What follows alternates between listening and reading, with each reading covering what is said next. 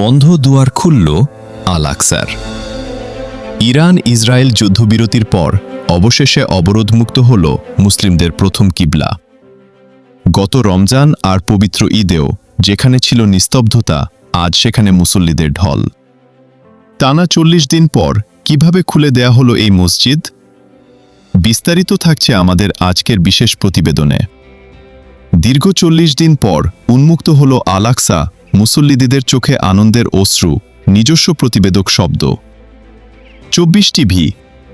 দীর্ঘ প্রতীক্ষার অবসান ঘটিয়ে অবশেষে ফিলিস্তিনের মুসলিমদের প্রথম কিবলা পবিত্র আল আকসা মসজিদ মুসল্লিদের জন্য খুলে দেওয়া হয়েছে। টানা ৪০ দিন ইসরায়েলি অবরোধের কারণে বন্ধ থাকার পর বৃহস্পতিবার ভোররাতে মসজিদটি উন্মুক্ত করে দেওয়া হয়। এই খবর ছড়িয়ে পড়ার সাথে সাথেই হাজার হাজার ধর্মপ্রাণ মুসলিম আল আকসা প্রাঙ্গণে ভিড় করতে শুরু করেন। যুদ্ধের দামামায় থমকে ছিল ইবাদত। গত ২৮ ফেব্রুয়ারি ইরান ও ইসরায়েলের মধ্যে সংঘাত শুরু হলে নিরাপত্তার অজুহাতে অত্যন্ত গুরুত্বপূর্ণ এই মসজিদটি বন্ধ করে দেয় দখলদার বাহিনী।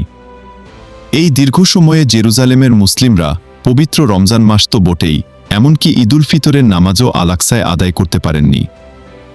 শত বছরের ইতিহাসে যা এক বিরল এবং বেদনাদায়ক ঘটনা হিসেবে দেখা হচ্ছে। যুদ্ধবিরতির পর অবরোধ প্রত্যাহার। আন্তর্জাতিক সংবাদ মাধ্যম আল জাজিরার তথ্যমতে যুক্তরাষ্ট্র ও ইরানের মধ্যে সাম্প্রতিক যুদ্ধবিরতি ঘোষণার পরই ইসরায়েল আল আকসা থেকে তাদের অবরোধ তুলে নেওয়ার সিদ্ধান্ত নেয়। বৃহস্পতিবার ফজরের আগেই মসজিদের প্রধান ফটকগুলো খুলে দেওয়া হয়।